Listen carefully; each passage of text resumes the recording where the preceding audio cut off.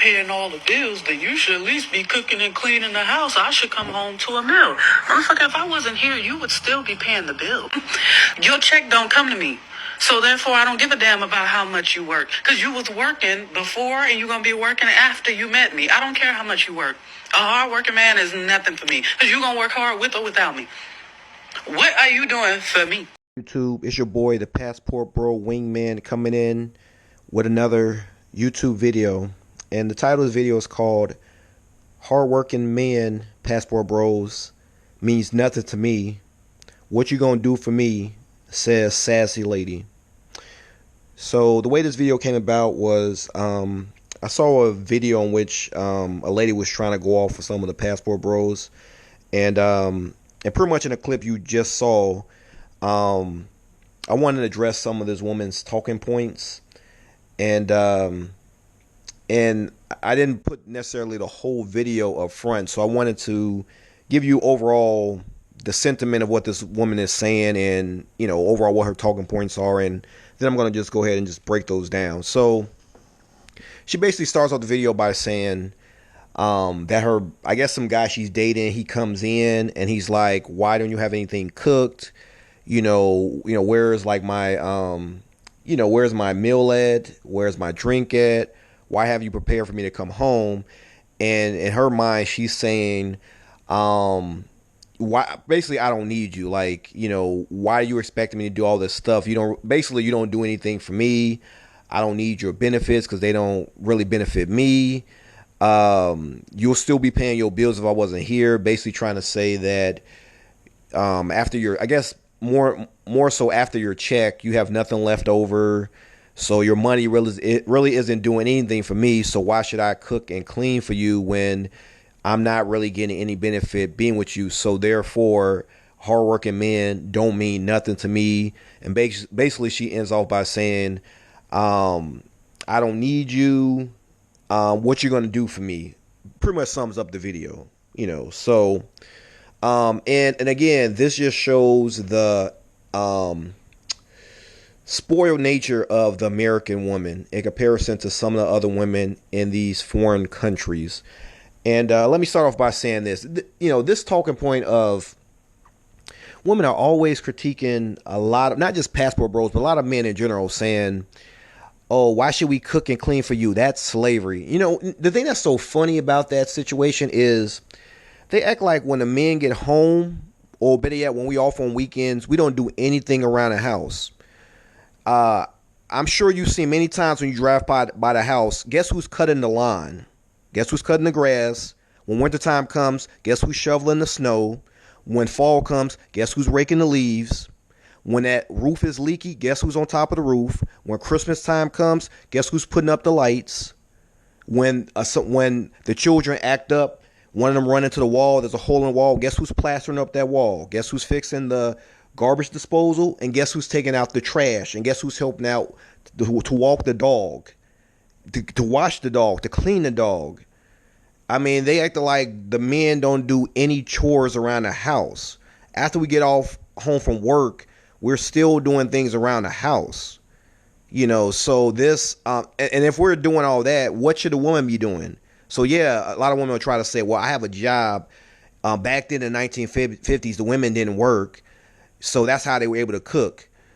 Okay, but then who took out the trash? Who mowed the lawn? The women weren't mowing the lawn. They weren't taking out the trash. It still was the man. So the man got off work and he still did chores. He didn't complain about it. He didn't yell at the woman and say, you ain't doing nothing for me. Why should I go mow the lawn? Why should I go rake them leaves? He didn't do any of that. He just did it because that's his role. He tends to do more of the, outside work, the harsh work, the dangerous work around the house. That's his job. Your job is the more feminine, soft things. Cleaning, cooking, staying out of the sun. One of the things I used to hate growing up was being out in the summer, mowing that lawn, coming back in smelling like grass, being sweaty, and it was just a mess. Same thing with shoveling that snow. I grew up more in the Chicagoland area. Plenty of snow, plenty of snowstorms. I'm out there shoveling snow, putting salt down. And it was a struggle shoveling that snow because sometimes the snow will be at least, you're talking about almost 2 feet high, and you're shoveling snow. So I don't know what women get this thing about men are just want them to come in and do housework, but the men don't do any housework. We do housework. That's our role. But for some reason, you think just because you're pretty, you're not supposed to do any housework. So we're supposed to do our chores and then your chores. So what is the purpose of you even being there? It doesn't even make any sense. Now, I'm not complaining. I just accept that's what we do around the house. But I just find that so funny that they just think men don't do anything around the house. We do plenty of chores around the house. We give you the easy stuff, washing the dishes, cooking, stuff that women traditionally have done and should be part of your nature. I don't want to see my woman mowing the lawn or taking out trash. No, that's my role. All this stuff about switching roles, I mean, things were fine as they are. I don't understand why people want to fix something that's not broken. But nevertheless, you have that point. Now let me go in even further. All this, I don't need no man, your benefits don't do nothing for me. As I said before, in Colombia, 2/3 of the economy is informal jobs, which means people who are street vendors, people who drive Uber. In many cases, they have no direct tax contributions, which means they don't have access to pensions and they don't have access to lots of government programs. So that's why if a man who's stable means in that country has benefits, that's why it's a good thing if you find a man who does that, because he has steady income, he has a job, he can provide not just benefits for himself, health benefits, he can provide that for the woman as well, who, again, in these informal jobs, Uber, street vendors, it's not guaranteed. They don't even have income. So that's why it's a good thing. The problem is United States, where people in general are spoiled, and we have all these programs for people that sometimes don't even work. You know, you got the welfare, the Section 8, you got the food stamps. And I'm pretty sure, though I have not done a research, I'm pretty sure there's some type of program where if the woman doesn't even work but she has kids, I'm sure there's some way she can get some type of health benefits.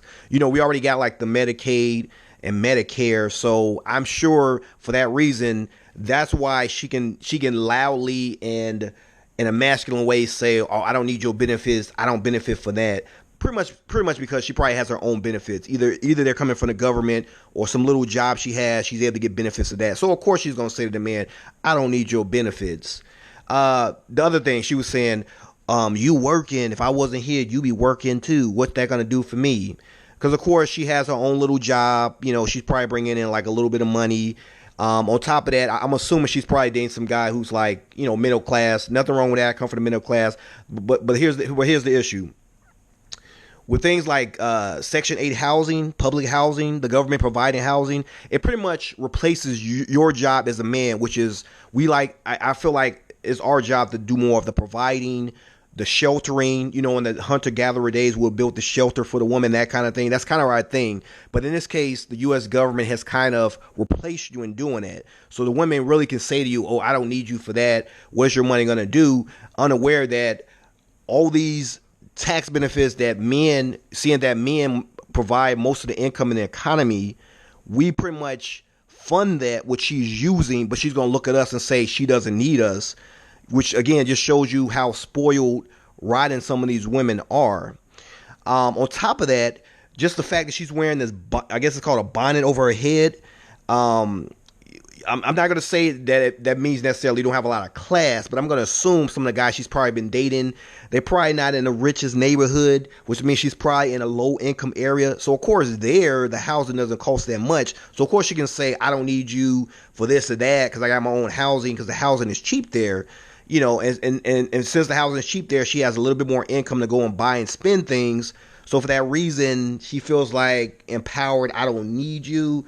But it's kind of like she's one of these women that's grown up in these rough neighborhoods, and she's comfortable being there, you know. So of course, if you comfortable in the area, there's no reason for you to leave. There's nothing that I can do as a man if I want to provide for you or provide a better lifestyle for you. But if you're already comfortable in your lifestyle, of course you can look at me and say, "I don't need you." But let's ask the women in Colombia or the Philippines, where job stability is not very common, income is not guaranteed. Most of the jobs people pay they're not even really enough for people to kind of get by. As I said before, 20% of the people in that country are pretty much responsible for 55% of the income, which means that 20% is mainly the people who probably have of means, probably have houses, that kind of thing, whereas the other 80% are barely getting by. So of course, and on top of that, you got high unemployment. Some countries, you're looking at like 30% unemployed. I believe it got a little bit better in Colombia, but you're talking about almost like 20, like I'm gonna be safe and say about 15%, almost 20%, unemployed. So in that scenario, when you find a man who's, like she said, hardworking, working long hours, putting food on your table, those women appreciate those men because those men are not easy to come by. I just told you the difference between a have and a have-nots in those countries. So those women really appreciate those men. On top of that, because those men are so rare, you do understand that those men have their pick of the litter in that country of women.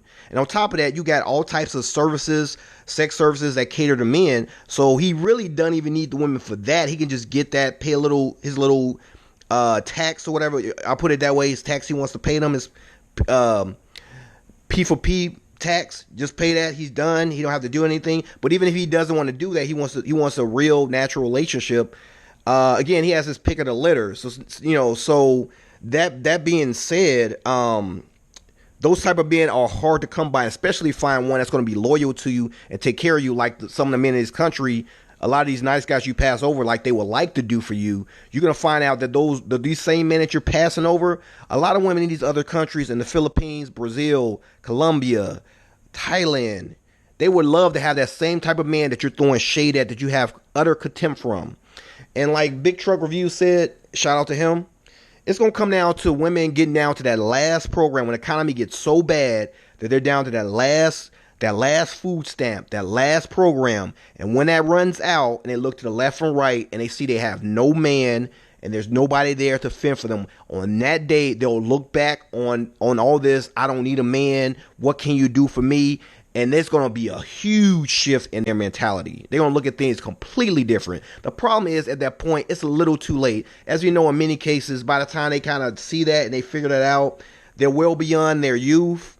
They don't look the same. Probably have multiple kids by Pookie Ray Ray, Chad Tyrone. And at this point, they see Chad Tyrone are not the marrying type. They see Pookie and Ray Ray ain't about nothing. But at that point, it's a little bit too late. And now with passport bros getting their passports and traveling, now there's no cleanup man, which means it's gonna get even worse. And with this recession about to pop up in this next part of 2023, you're gonna see a huge shift in the way some of these women think. Like right now, where things are good and why they still trying to act like there's not a recession, they're going to keep pouting and making these videos about men and talking about how bad we are. But I forecast it's going to be a huge difference in the way they're talking as soon as this economy goes in a direction that a lot of the economists are pretty much saying it's going to go. Things are going to look a whole lot different. And on top of that, keep in mind that these men who are traveling, in order to travel, it's not cheap, which means these are men of means.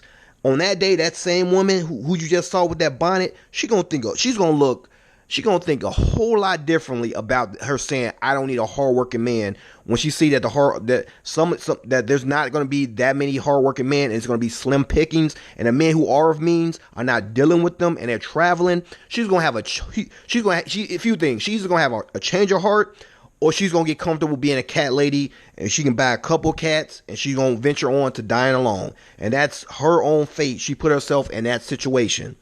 Now, that's about all I wanted to say about this video.